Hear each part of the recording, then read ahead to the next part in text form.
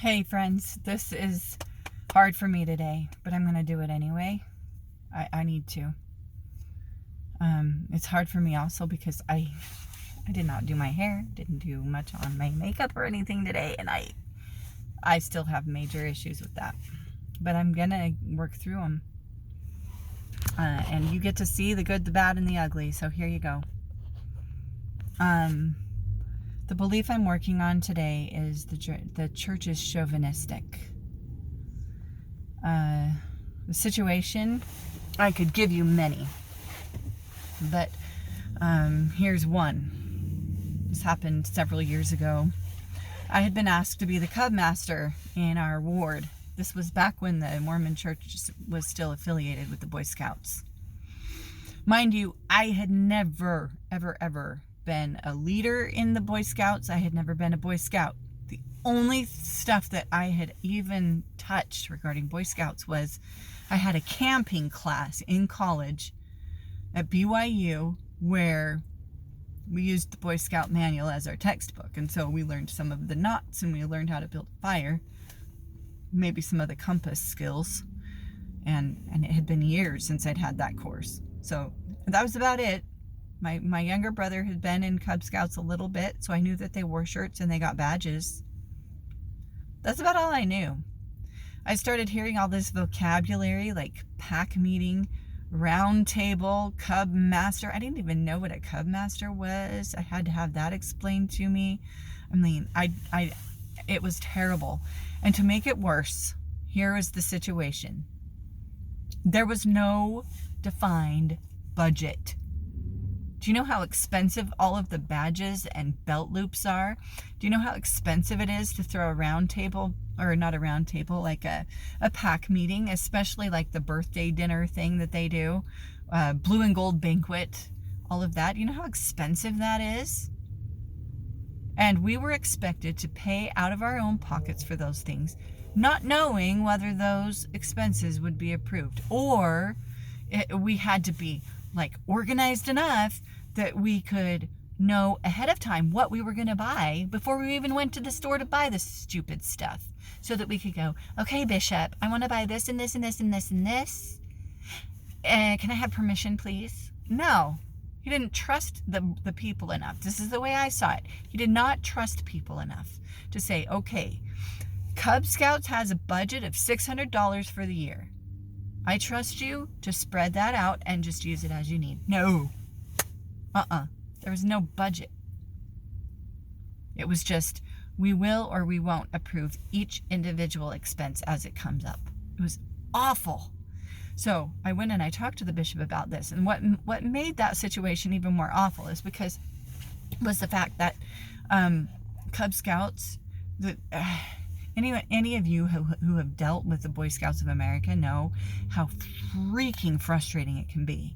They're about 10 years behind on their technology. That means it's a nightmare. It's a red tape nightmare to try and get the boys' records updated and make sure that they get the proper awards, and then make sure that those rewards get recorded, and to make sure that you have the 2 deep leadership and for the teachers. And then when you have teachers who don't show up, you have to fill in, or else scramble and call parents to try and get them to fill in. I dealt with this crap all the time. It was so frustrating. I have zero intention of ever dealing with the Boy Scouts of America again. Sorry, Boy Scouts of America. I might get red flagged or whatever if anybody even ever watches this video. Whatever. This is mostly for me, and it's for anybody who wants to see me do the work of Byron Katie on my Mormon beliefs. So that's the situation. I go to talk to the bishop about this, and he gets really patronizing, and he might even like put his hand on my shoulder or something, and he'd say, well, this is just the way that we do it.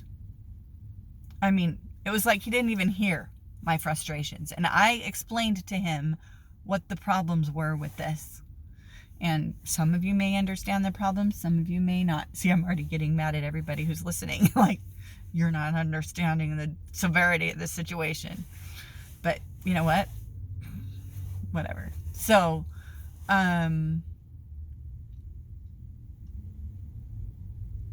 Yeah, so that's the situation. I go and talk to the bishop and nothing changes. So, and he said something to me that I was just like, you are so patronizing. I don't remember what he said. It was several years ago. I just remember going home and being so mad, talking to my husband, like, oh, that guy is such an idiot. He doesn't know how to run a budget. And he's such a jerk. I mean, I was just like, oh, so mad. So that's the situation.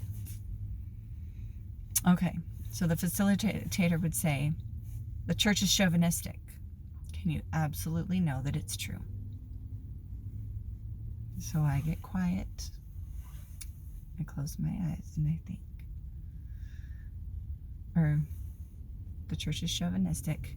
Is it true? That's the first question. The church is chauvinistic. Is it true? Hell yeah. They put nothing but men in these highest callings. If that's not chauvinistic, I don't know what is. Okay, so then the facilitator would say, the church is chauvinistic. Can you absolutely know that it's true? All right. Can I absolutely know that it's true that the church is chauvinistic?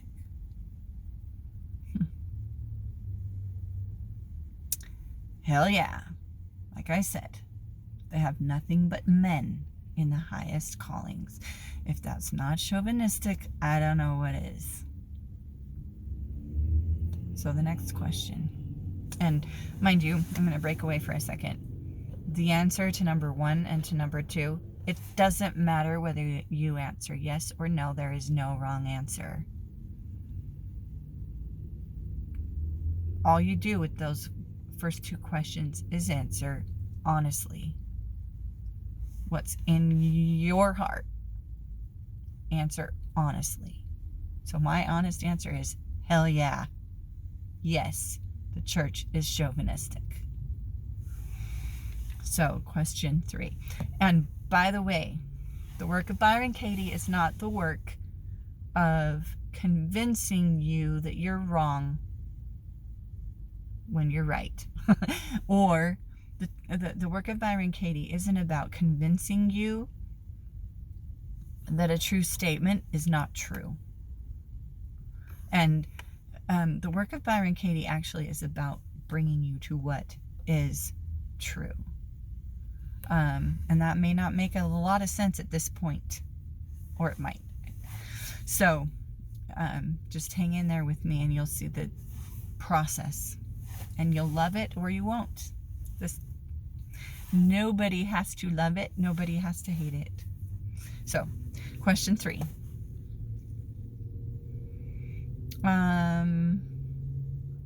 Okay, how do you react? What happens when you believe the thought? How do you react? What happens when you believe the thought the church is chauvinistic? All right, the facilitator just asked me that question. And I'm going back to the situation. I'm sitting in the hallway at the church on one of the chairs outside the bishop's office. The bishop has kept me waiting for goodness knows how long. I'm anxious to get home to my family. But I care enough about these sweet Cub Scouts to sit and endure this horrendous wait, sitting in this hallway, sitting in a dress that I hate. I hate wearing dresses. Waiting for this bishop to come out. How do I react when I believe the thought the church is chauvinistic? I'm already, the thoughts are beginning before he even comes out to talk to me. I'm thinking, he doesn't give a damn about my time. He's taking forever to get his butt out here. He knows I want to talk to him, and he's taking forever to get his butt out here. And when he comes, he walks really slowly, really casually. And when I tell him what my concerns are, he's so patronizing, and I'm so mad. I'm just so mad. And I just think, you're so happy that I'm sitting down and you're standing up and you look taller than I am. You're so happy you can look down on me from your bishop pedestal. You're so happy. You just love where you are. What are you going to do when you're not a bishop anymore? And I'm just thinking, oh, you're such a jerk. You think you can jerk me around. And I'm allowing you to jerk me around. So I'm seeing myself as this pawn in his hand, his sticky little, slimy little hand. And I hate it. And I hate the fact that people in general conference or state conference have said, I've never turned down a calling. And I think, yeah, I would be a loser if I gave up this calling. I would be letting down all the scouts. I would be letting God down. I would be letting down my family and myself. But I hated it. So I feel trapped. I feel so angry. And after I talk to the bishop, I go home and just seething mad, talk to my husband about it and just think he's such a jerk. Why does he do this? And I pass the judgment on him that he's digging into my pockets, that he wants me to spend the money, and then he wants me not to ask to be reimbursed. He wants to make it such a big pain in the butt to get reimbursed that I'm not going to ask to get reimbursed. I'm thinking this in my head. And I'm thinking, he's not only doing this to me, but he's doing this to a bunch of other people. What's he doing with that money? Is he pocketing all that money? Is he keeping it all for himself? I'm thinking, why else would a man who's in charge of all of the budgets for the ward, why in heaven's name would he not have a budget? Why would he do that? I think to myself, why in heaven's name would he do that? I'm just so mad.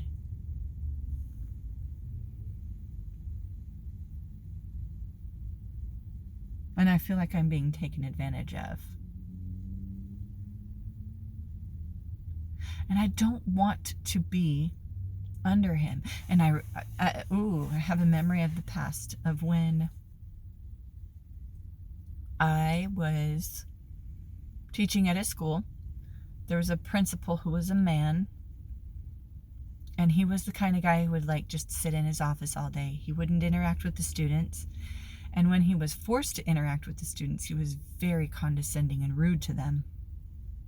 So, and then when I asked for help, when I asked him to purchase some music curriculum, he refused.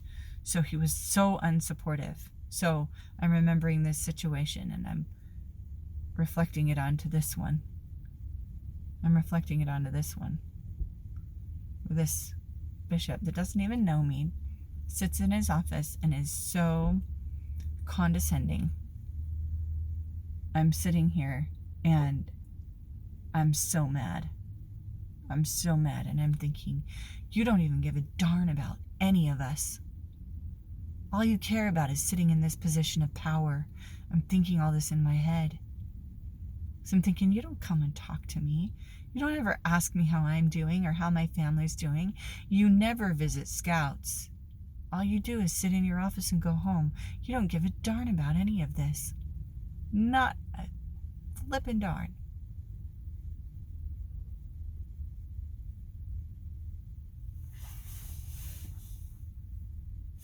So I'm angry. I feel trapped. How do I treat him? I treat him with politeness. And that's about it. I treat him with politeness. And then I go home and rip him to shreds. Talking to my husband. I'm so mad. How do I treat myself? I stay in the stupid calling. And I stay miserable. And I stay doing all of these things, spending all of this time, taking the time away from my family.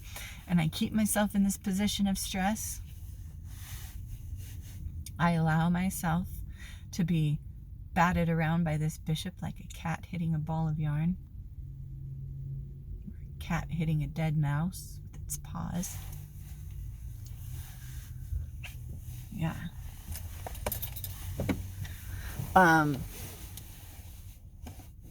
What does it cost me? It costs me time with my family. Because I'm so worked up about this and talking to my husband about this scout thing. Not only on this day, but a lot of other days. It costs me time with my children, quality time with my kids. It costs me an opportunity to show kindness to the bishop. It costs me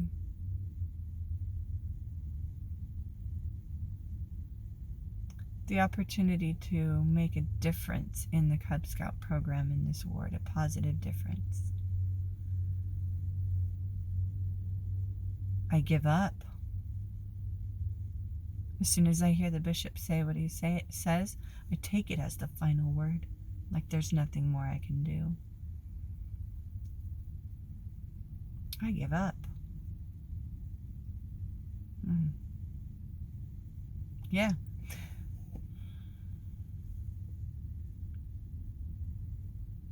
I feel angry. I feel hurt. Funny enough, I feel ashamed. I feel there's nothing more I can do. I feel hopeless, helpless, miserable. And I can't wait to get out of that church building.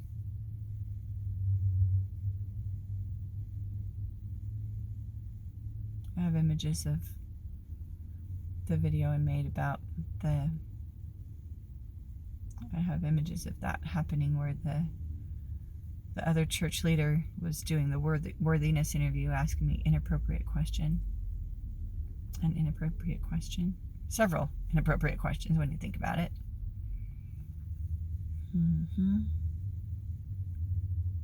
I picture the other members in the bishopric. I picture the stake presidency, all of them just really enjoying their positions of power. I even picture my husband enjoying his position of power. I get frustrated when I talk to my husband about my frustrations with the bishop. I get frustrated that he doesn't go and stand up for me with the bishop. Really frustrated about that.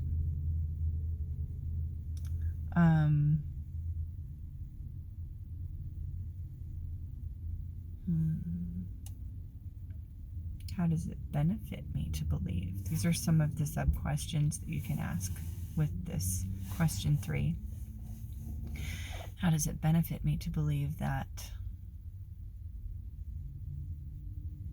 How does it benefit me to believe that the church is chauvinistic? I can be right.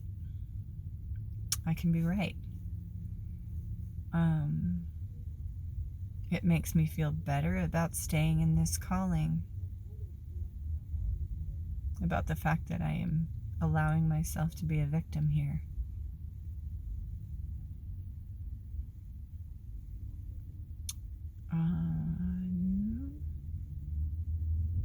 I can be right about my petty judgments against this short man who's really quiet and appears to me to be really snotty.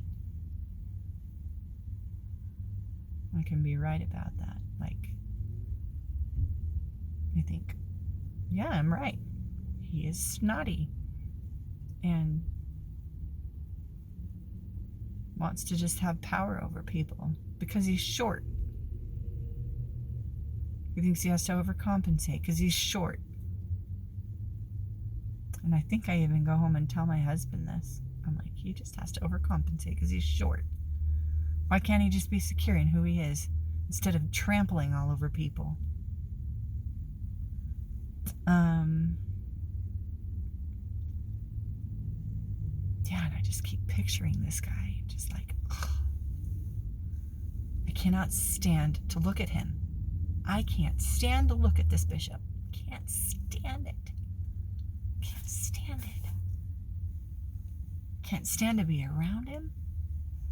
Can't stand to even picture him in my head. It's like this repulsive thought. Repulsive.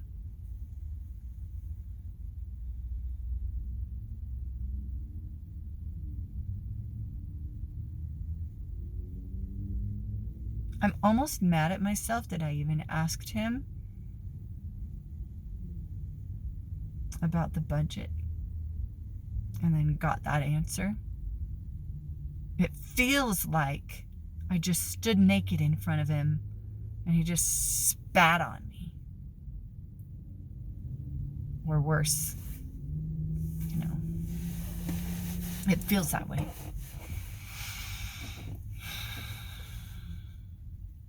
Yeah, it's awful. There's another sub-question.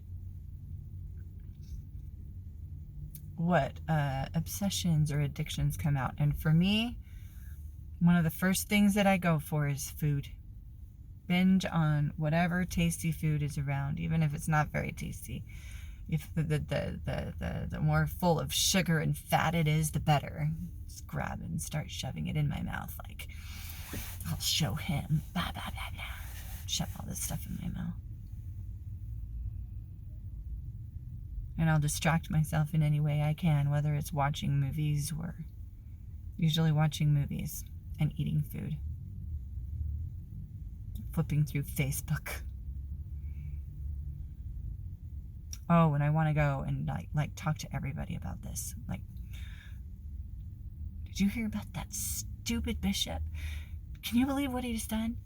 And I start going and gathering allies, going and telling people, okay, does this make any sense to you? And I tell them the situation. Like, this bishop doesn't have a budget. He just says, yeah, decide what you're going to buy and then come and ask us and we'll let you know if it's a yes or a no. I'm like, that's ridiculous. Who has that kind of time to go and try and track down the stupid bishop every time you need to run to the store for something for PAC meeting so that you can get pre-approved for a purchase before you go? This is so stupid. So anyway, yeah, the food and the movies.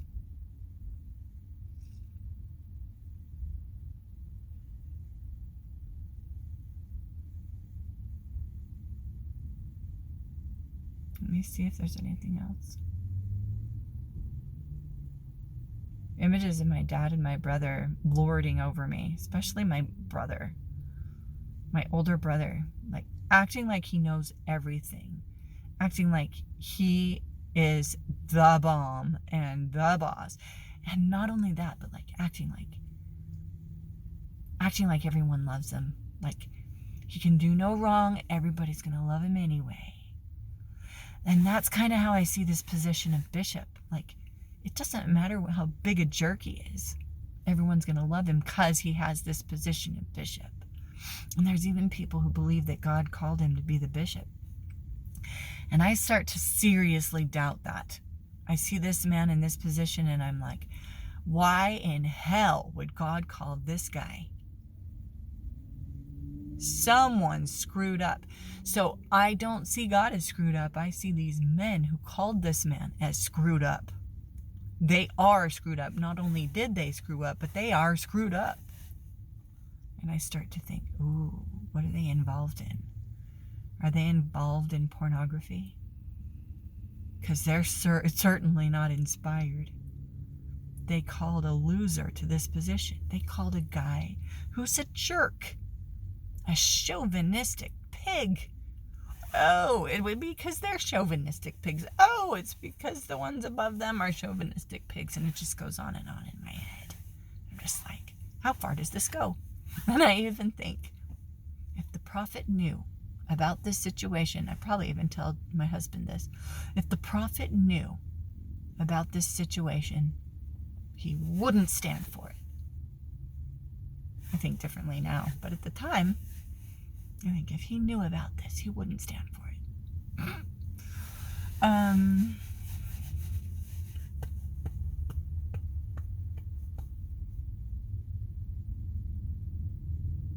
Yeah, I gotta stop there because I gotta get into the grocery store. So, there's that one. But you know what? I'm gonna do something different because people aren't watching the turnarounds as much as they're watching the question 3. So I think they're not getting the full story. So I'm going to say the rest of the story right here, right now. That's another belief worksheet I need to work on. So, question 4. Who or what are you without the thought that the church is chauvinistic?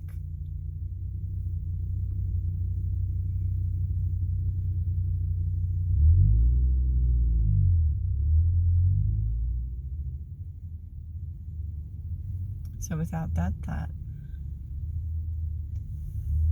I'm sitting in a metal folding chair, waiting for this bishop guy to come out and talk to me. He comes out, he talks to me, I tell him what the problem is. I notice that he listens, and then he says that he's not changing the way that he's going to do the budget, that this is the way it's going to stay. I take it in, I consider it, and I feel completely empowered to completely drop this calling if I want to. I don't feel an inclination to drop it at that very moment, but I feel completely empowered to do so if that's what I feel best about. I don't feel trapped. I feel like I have the power to do something about this. I notice he's not budging. I notice he has no intention of budging.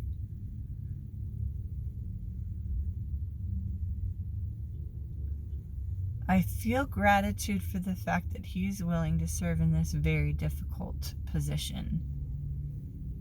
I have some compassion for how thankless it must be when he gets people like me feeling angry and disappointed at the way that he's running things. I have some compassion for how he may feel. I have some empathy. I'm serving in a leadership position as well, and I have some empathy for how he must feel having his leadership criticized.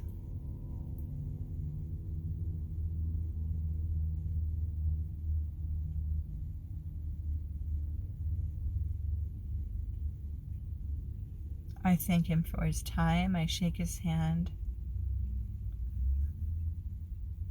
I go home, and I'm not angry. See, I'm really realizing right this second that the anger I was feeling was stemming from the fact that I felt trapped like an animal in a cage. You know, if you got thrown in a cage and you were a wild animal, you'd probably feel angry.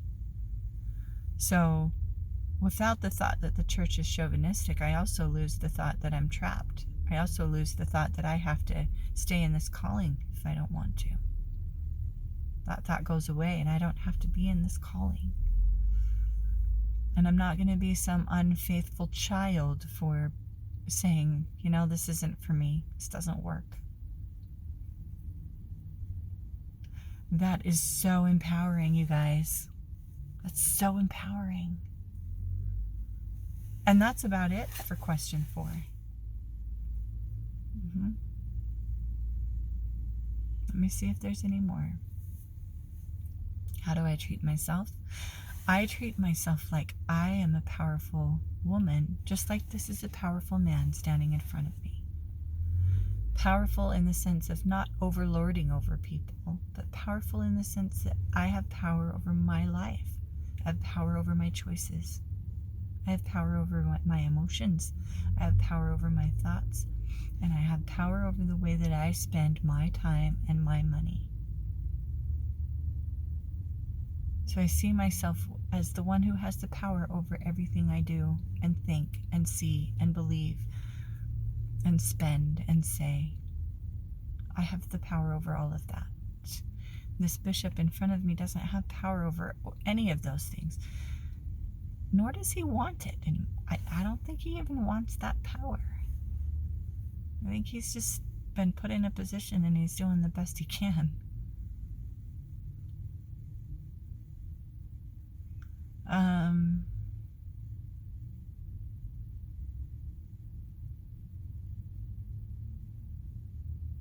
I sense some insecurity from him. And if he's like me, maybe he feels inadequate. Who knows? I don't know. I can't read his mind. And I notice that I'm a little bit overpowering without trying to be. I'm overpowering because I'm mad and feel trapped, right? But without the thought that the church is chauvinistic, I'm not mad. I hear what he has to say. I notice it.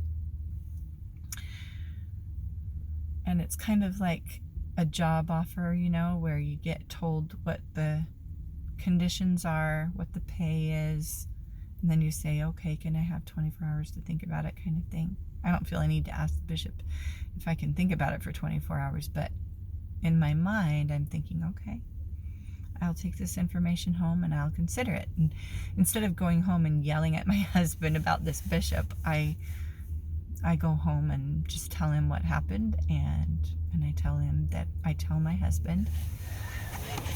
Oh, and also, I don't need any support from my husband. I don't need my husband to stand up for me with the bishop. If I need to say something to the bishop, I'm perfectly capable of saying it myself. But I go home and I feel the support of my husband. I appreciate him listening to what I have to say, and I just simply tell him what the bishop said about the budget, and I tell him that I'm going to be thinking about whether I should just step away from this calling or if I want to make it work. So yeah, I would feel totally empowered to do what I feel I need to do in the best interest of me and my family. I would think about those sweet Cub Scout boys, and I would think they deserve to have someone in there who's all in, whether it's me or someone else.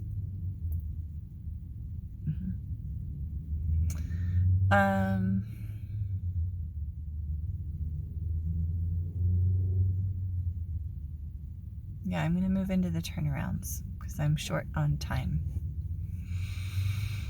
So, the church is chauvinistic. Most obvious one is the church is not chauvinistic. I mean, in a big way, I was chauvinistic in the sense that I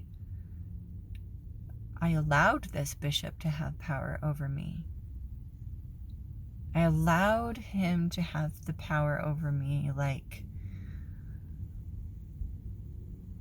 I put it on his shoulders to make the decision whether I would stay in that calling. And guess what?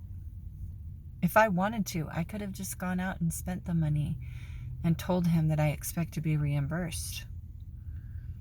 But I didn't. I gave him the power to run the budget the way that I thought was a horrible way to run a budget.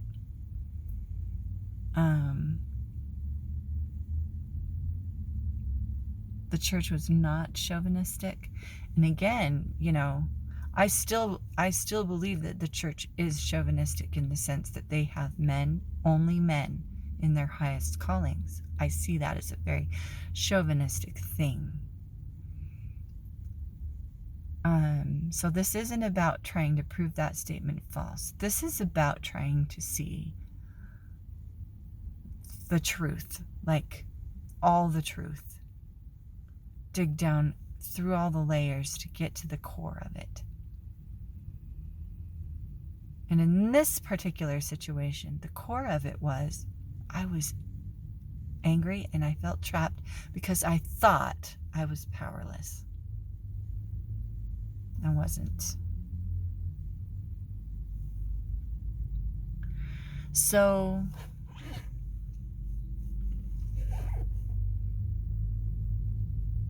and keep in mind, I'm new at this, you guys. I've only been doing the work of Byron Katie for a few months now. So, I don't know whether I'm answering these questions the way Katie would answer them, but she said there's no wrong way to do the work.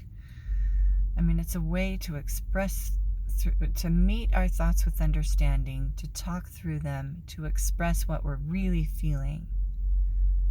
And in question 3, we're supposed to just get as petty as our thoughts really are. Like, go ahead and put words to it. Go ahead and say it out loud. Say out loud the stuff that we're thinking, but we're too polite to say out loud. That's what you say in question 3. When you get asked, how do you react? What happens when you believe the thought? So anyway, that's the side note. So back to these turnarounds. The church is not chauvinistic. So Katie would say, can that statement be just as true or truer than the church is chauvinistic? And yeah, it can be just as true. I can think of some examples. They allow women to say prayers in general conference. I've heard talks that speak about the critical importance of women in the church, and how the church couldn't function without women, kind of thing. But you will notice I'm having a hard time coming up with these examples because I really strongly still believe that the church is chauvinistic. But this is a way for me.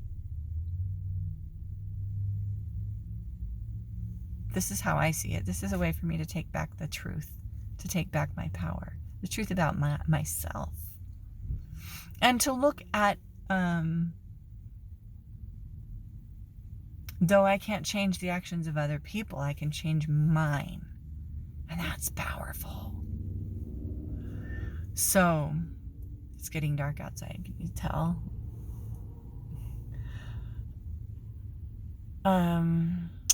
So,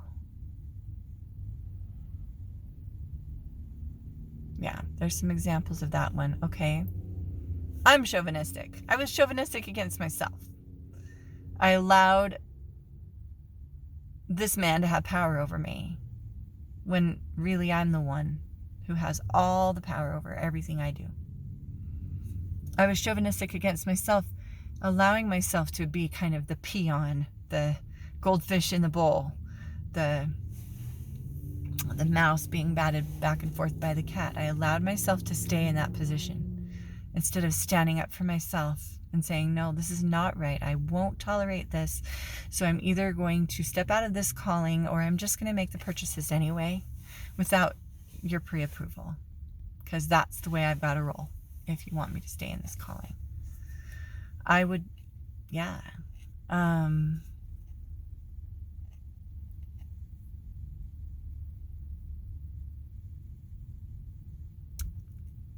Yeah, I'm going to stop there. It's getting dark and I've got to get home to my family. So there you go. Take it or leave it. Take it for what it's worth. I am not in the quietest place right now, you guys, but I wanted to do this video and I hope it'll help somebody. It has helped me. It's helped me to see that I have a lot more power than I think I do. I still don't feel very loving or kind toward that bishop or toward the church. So I've got more work to do on this one. Maybe the next